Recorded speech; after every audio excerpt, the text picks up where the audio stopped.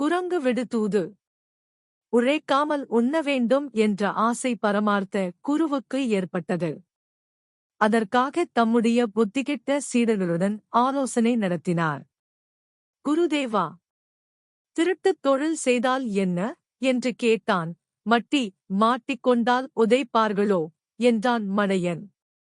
அப்படியானால் ஒரு குரங்கை பிடித்து வந்து அதற்கு பயிற்சி கொடுக்கலாம். எல்லா பொருள்களையும் திருடிக் கொண்டு வர கற்றுத் தரலாம் என்று யோசனை கூறினான் முட்டாள். ஆகா, அருமையான திட்டம்தான்.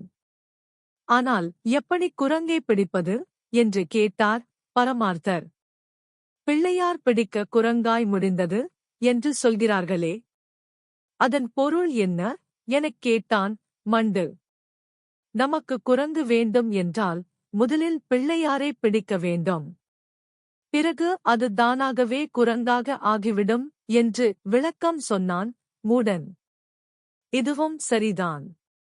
ஆகவே இப்பொழுதே சென்று பிள்ளையாரை பிடிப்போம், வாருங்கள் என்றபடி புறப்பட்டார் பரமார்த்தர். சீடர்களும் அவருடன் சென்றனர். அரச மரத்தின் அடியில் இருந்த பிள்ளையார் சிலையைக் கண்டார் குரு. சீடர்களே, இப்பொழுது பிள்ளையார் நன்றாக தூங்கிக் கொண்டு இருக்கிறார்.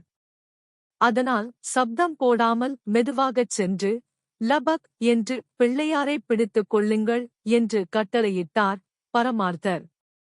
சீடர்களும் மரத்தைச் சுற்றி வந்து பிள்ளையார் சிலை மேல் விழுந்து அதைக் கட்டிப்பிடித்து உருண்டனர். அப்போது குரங்காட்டி ஒருவனிடம் இருந்து தப்பி வந்த குரங்கு ஒன்று அங்கே வந்தது. அதைக் கண்ட பரமார்த்தர், சீடர்களே, இதோ குரங்கு வந்துவிட்டது, விடாதீர்கள், பிடியுங்கள் என்று கத்தினார். மட்டியும் மடையனும் வேகமாகத் துரத்திச் சென்று அந்த குரங்கை பிடித்து விட்டனர். அதைக் கண்ட பரமார்த்தர், இது சாதாரணமான குரங்கு அல்ல, இராமனுக்கு தூது சென்ற ஆஞ்சநேயரேதான் என்று சொன்னபடி அதன் கால்களில் விழுந்து வணங்கினார்.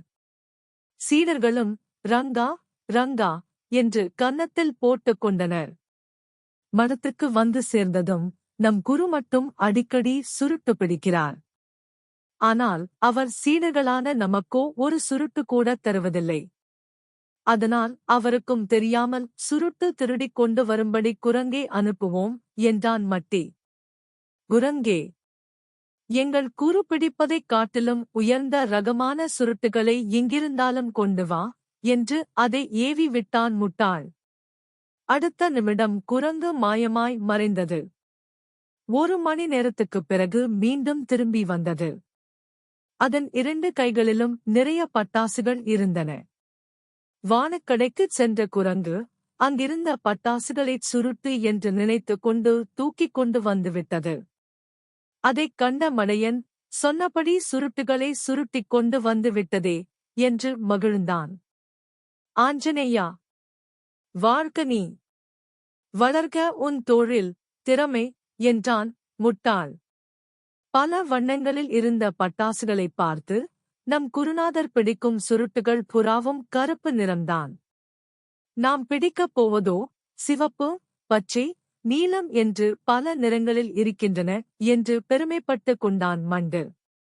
பட்டாசுகளில் இருந்த திரியைப் பார்த்த மூடன், நெருப்பு வைப்பதற்காக என்றே தனியாக ஒரு திரி வைத்து இருக்கிறார்கள், அதனால் இதுதான் உலகத்திலேயே உயர்ந்த சாதி சுருட்டு என்றான். சீடர்கள் அனைவரும் ஆளுக்கொரு வெடியை வாயில் வைத்துக் கொண்டனர். எல்லோர் திரிக்கும் கொள்ளிக் கட்டையால் நெருப்பு வைத்தான் முட்டாள். ஆனந்தமாக புகை விடலாம் என்ற கற்பனையில் மூழ்கினர் சீடர்கள். அடுத்த கணம் டமால் டுமேல் என்று ஒவ்வொருவர் வாயிலும் இருந்த பட்டாசு வெடித்தது. வாய் இழந்த சீடர்கள், ஐயோ ஆஞ்சநேயா என்று அலறிக்கொண்டு உருண்டனர். நடந்ததை கேள்விப்பட்ட பரமார்த்தர், இனி மேலாவது எனக்குத் தெரியாமல் எந்தக் காரியத்தையும் செய்யாதீர்கள் என்று எச்சரிக்கை செய்தார். குருவே, உங்கள் வேட்டி எல்லாம் கிழிந்துவிட்டது. அதனால் கட்டிக்கொள்வதற்கு நல்ல பட்டுத் துணியாகத் திருடி வரச் சொல்லுங்கள் என்றனர் சீடர்கள். பரமார்த்தரும் துணி திருடி வருவதற்கு குரங்கை தூதனுப்பினார்.